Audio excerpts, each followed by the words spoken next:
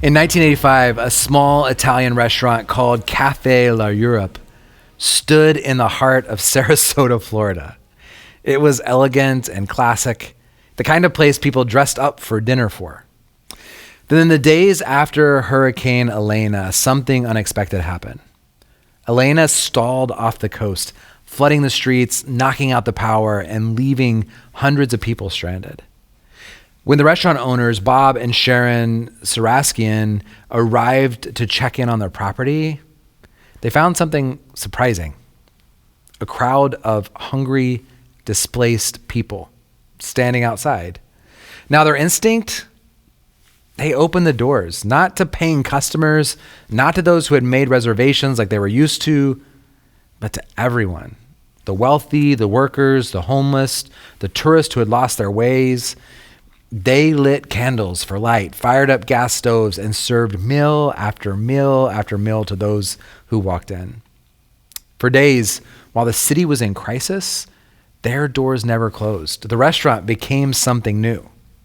Not just a business, but a table for a community in need. No one asked, "Do you belong here?" Because when grace sits at the table, there's always room for more. Isaiah 55 gives an image of God's kingdom that is wildly open. Come, all who are thirsty, come to the waters. Not some of you, not someone's who deserve it, not those who can pay. Come all. The invitation is clear. This isn't a meal for the elite, it's a feast for the world. And the price? Come buy wine and milk without money and without cost. Because grace is never earned. Grace doesn't check credentials at the door. Grace says, if you're hungry, come and eat. It's one thing to talk about open tables, and it's another thing to live them. Because let's be honest, we like control over our guest list. We like knowing who we're going to be sitting next to, who fits in, who won't disrupt the balance. And yet when grace sets the table, we don't get to make the rules. The moment we try to shrink the table, God extends it further. The moment we try to limit who's in, Jesus pulls up another chair, because grace isn't about comfort. Grace is about expansion.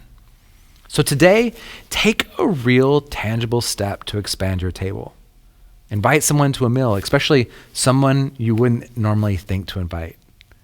Sit with somebody new at work, at church, in your community. Open a conversation with somebody who has been overlooked. Because in God's kingdom, the table never stops growing, and neither should ours.